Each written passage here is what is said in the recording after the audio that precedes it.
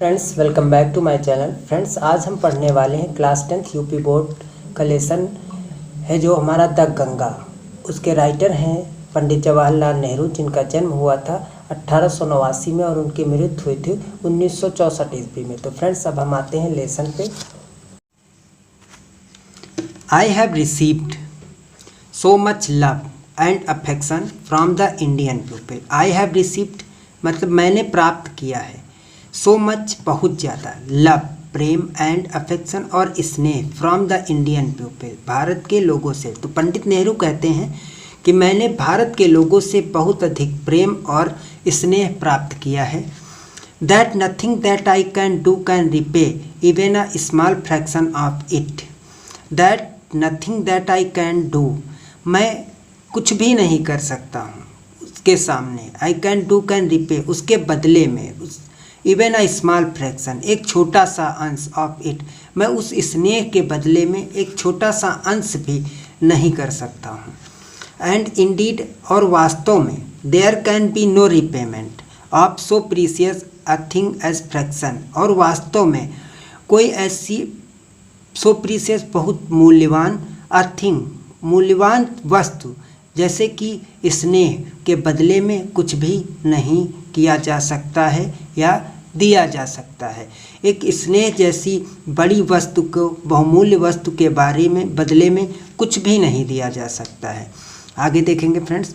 Many have been admired, many बहुत से, have been admired बहुत से लोगों की प्रशंसा की गई है। हैव बीन एडमायर्ड मतलब प्रशंसा की गई है, पैसिव वॉइस में है ये। Some have been revered, some have been revered, revered का मतलब होता है सम्मानित किया गया है। सम हैव बीन रिवर्ड बहुत से लोगों को सम्मानित किया गया है। But the affection of all classes of the Indian people has come to me in such abundant measure that I have been overwhelmed by it. ध्यान से देखेंगे। Indian people has come to me in such abundant, abundant का मतलब होता है, abundant major का मतलब होता है प्रचुर मात्रा में। Indian people has come to me in such, Bharat के लोग, हैज़ कम टू मी मेरे पास आए, इन सच अबेंडेंट मेजर बहुत प्रचुर मात्रा में। That I have been overwhelmed का मतलब होता है हमारा डूब गया। मैं भारत के लोगों के प्रेम में और स्नेह में, उनके प्रेम और स्नेह से अबेंडेंट प्रचुर मात्रा में उनके स्नेह में डूब गया हूँ। I can only express the hope, मैं कर सकता हूँ, ओनली एक्सप्रेस सिर्फ बता सकता हूँ, प्रकट कर सकता हूँ, द होप अपनी आशा को, that in remaining years in बचे हुए सालों में, मतलब जब तक वो जिंदा है, आई मे लिव जितना मैं जीऊँ, I shall not be unworthy, I shall not be unworthy of my people and their affection. I shall not be का मतलब होना, मैं नहीं होऊंगा, अनवर्दी मतलब अयोग्य, ऑफ माई पीपल अपने लोगों के प्रति, एंड देयर अफेक्शन और उनके स्नेह के प्रति। पंडित नेहरू कहते हैं आई मे लिव मैं जीवित, जितने दिन तक मैं जीवित रहूँगा या शायद मैं जितना जीवित रहूँ या जितना रहूँगा, आई शैल नॉट बी अनवर्दी मैं अनवर्दी अयोग्य नहीं होऊंगा, ऑफ माई पीपल अपने लोगों के प्रति, एंड देयर अफेक्शन और उनके स्नेह। To my innumerable comrades and colleagues I owe an even deeper depth of gratitude. To my innumerable असंख्य, कॉमरेड्स का मतलब होता है स्टूडेंट्स, कॉमरेड्स मतलब साथियों, एंड कलीग्स का मतलब होता है जो सहकर्मी साथ में काम करने वाले होते हैं, उनको हम बोलते हैं colleagues. To my innumerable comrades and colleagues मेरे साथ असंख्य कॉमरेड्स काम करने वाले और मेरे सहकर्मी, I owe an even deeper depth of gratitude, I owe an even deeper depth, depth का मतलब ये डेप्थ होता है, डेट पढ़ा जाता है, बीच में साइलेंट होता है, इसका मतलब होता है ऋण। I owe an even deeper depth of gratitude मैं उनको तहे दिल से उनका आभारी हूँ। पंडित नेहरू कहते हैं कि मेरे साथ असंख्य जो सहकर्मी हैं और मेरे साथ काम करने वाले हैं और मेरे साथियों को मैं तहे दिल से उनका बहुत ही आभारी हूँ। We have been joint partners in great undertaking. We have been joint partners, हम सहभागी या साझीदार रहे हैं। इन ग्रेट अंडरटेकिंग, महान कार्यों में। अंडरटेकिंग्स मतलब महान कार्यों में। हम महान कार्यों में एक दूसरे के सहकर्मी रहे हैं, साझेदार रहे हैं। And have shared the triumphs and sorrows which inevitable accompany them. And have shared, और शेयर मतलब बांटा है। द ट्रिम्स का मतलब होता है यहाँ जीत, लेकिन यहाँ पर सारो है तो सुख और दुख हम बोलेंगे। और हमने सुख और दुख आपस में बांटे हैं। विच इनवाइटेबल कंपनी देम, हमने सुख और दुख में साथ साथ मिलकर साझेदारी निभाई है। अगले पैरा पे आते हैं स्टूडेंट्स। व्हेन आई डाई, जब मैं मरूं, I should like my body to be cremated. I should like my body to be cremated. When I die, जब मैं मरता हूँ या जब मैं मर जाऊँ, पंडित नेहरू कहते हैं I should like my body to be cremated. मैं चाहता हूँ, मैं चाहता हूँ, लाइक जैसा चाहता हूँ, my body to be cremated, कि मेरा शरीर है उसको जला दिया जाए। If I die in foreign country, यदि मैं विदेश के किसी देश में मरता हूँ, my body should be cremated, मेरा शरीर शुड बी क्रीमेटेड देयर, वहीं पर जला दिया जाए। And my ashes sent to Allahabad, और मेरी राख को इलाहाबाद भेज दिया जाए। A small handful of these ashes should be thrown in the Ganga. A small handful का मतलब होता है एक मुट्ठी भर, ऑफ दीज एसेस, उस राख का, शुड बी थ्रोन का मतलब फेंक दिया जाए, इन द गंगा में। And the major portion of the disposed, और उसका जो बाकी या बड़ा भाग है, पोर्शन है, ऑफ देम डिस्पोज्ड का मतलब होता है निपटाना। मेजर पोर्शन का अधिकांश, मेजर पोर्शन मतलब अधिकांश भाग, ऑफ देम डिस्पोज्ड निपटाया जाए। Of in the manner indicated below, जैसा कि नीचे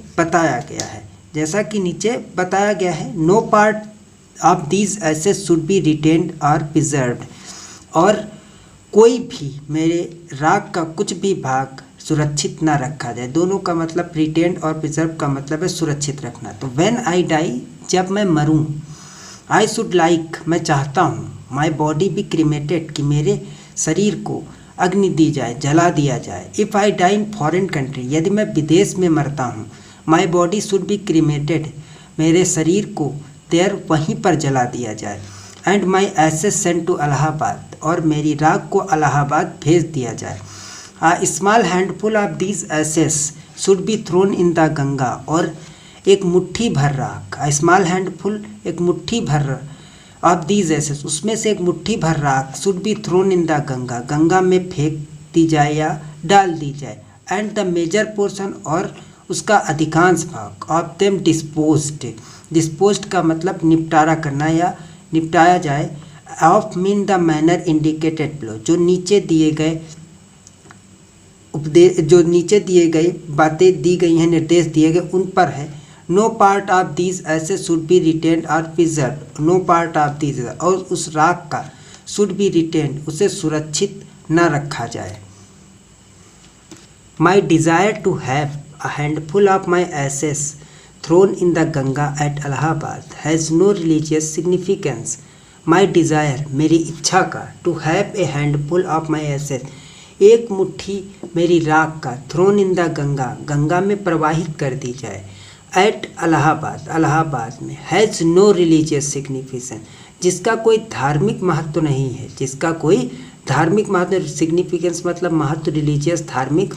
तो पंडित नेहरू कहते हैं माई डिज़ायर टू हैव, मेरी इच्छा का, have a handful of my ashes, कि मेरी राख का एक मुट्ठी राख, thrown in the Ganga, Ganga में प्रवाहित कर दी जाए। एट इलाहाबाद, इलाहाबाद में, हैज़ नो रिलीजियस सिग्निफिकेंस, जिसका कोई धार्मिक महत्व नहीं।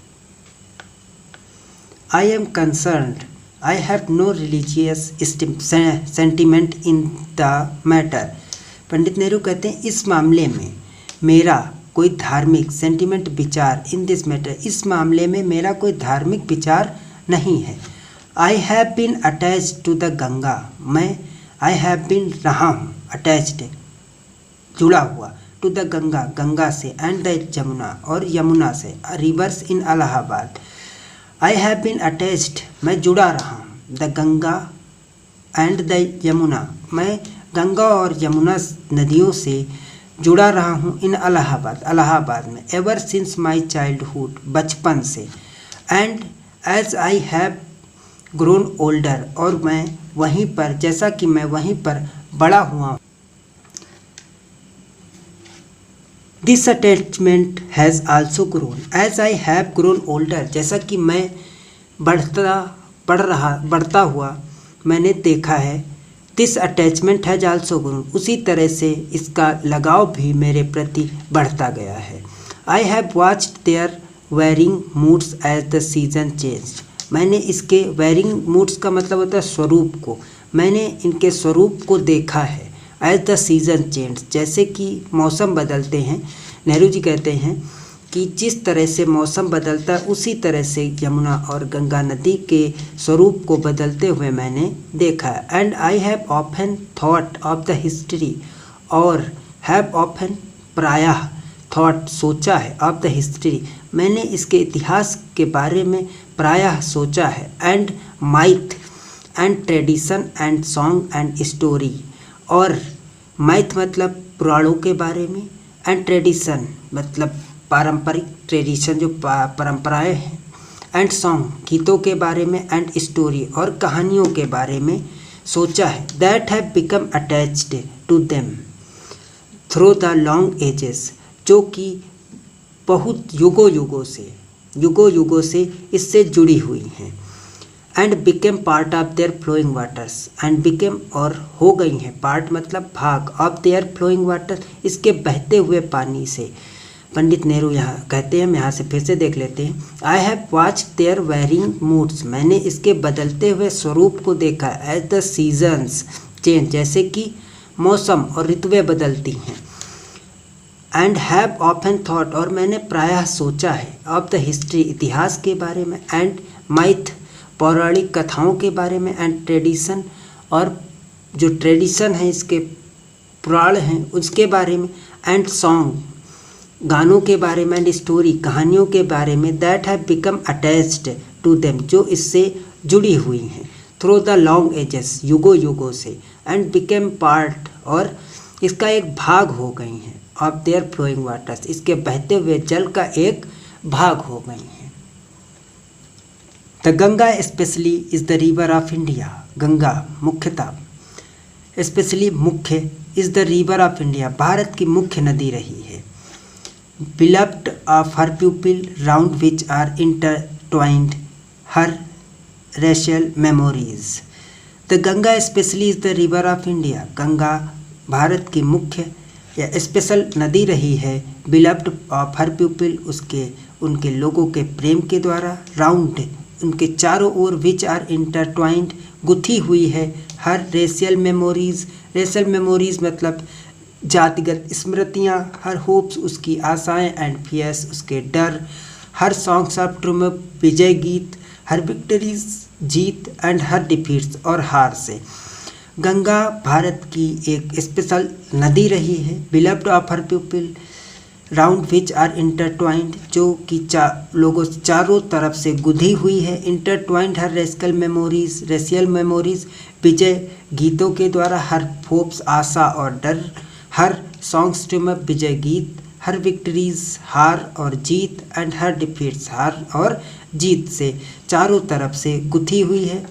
सी has been a symbol of India's age long culture and civilization. She has been, या रही है, a symbol of India's age long, has been रही है, अ सिंबल प्रतीक, ऑफ इंडियाज़ एज लॉन्ग मतलब प्राचीन भारत की कल्चर, संस्कृति और सिविलाइजेशन, सभ्यता का एक प्रतीक रही है। Ever changing, ever flowing ever changing, ever flowing, ever changing हमेशा बदलने वाली, एवर फ्लोइंग हमेशा बहने वाली, and at ever the same Ganga, और हमेशा एक जैसी रहने वाली गंगा जो हमेशा बदलती रहती है और बहती रहती है, लेकिन हमेशा गंगा, सेम गंगा को सी रिमाइंड्स, वह मुझे याद दिलाती है, सी रिमाइंड्स मी, मुझे याद दिलाती है, of the snow covered peaks, बर्फ़ से ढकी चोटियाँ, एंड डीप वैलीज, गहरी घाटियों की, ऑफ द हिमालयाज़, हिमालय की गहरी घाटियों की और बर्फ़ से ढकी चोटियों की मुझे याद दिलाती है, which I have loved so much, जो मैं बहुत ज़्यादा पसंद करता हूँ, and of the rich and vast plains below, और उसके नीचे के रिच एंड वेस्ट, बड़े और उपजाऊ प्लेन्स, मैदानों की याद दिलाती है, नीचे के where my life and work have been cast, where my life and work have been cast, जहाँ पर मेरा जीवन और काम बीता है, and of the rich and vast plains, और मुझे याद दिलाती है वेस्ट विशाल मैदानों की और उपजाऊ और विशाल मैदानों की याद दिलाती है, बिलो नीचे के where my life and work have been cast, where my life जहाँ मेरा जीवन, and work have been cast जहाँ मेरा जीवन और वह कार्य पूर्ण हुआ है या बीता है।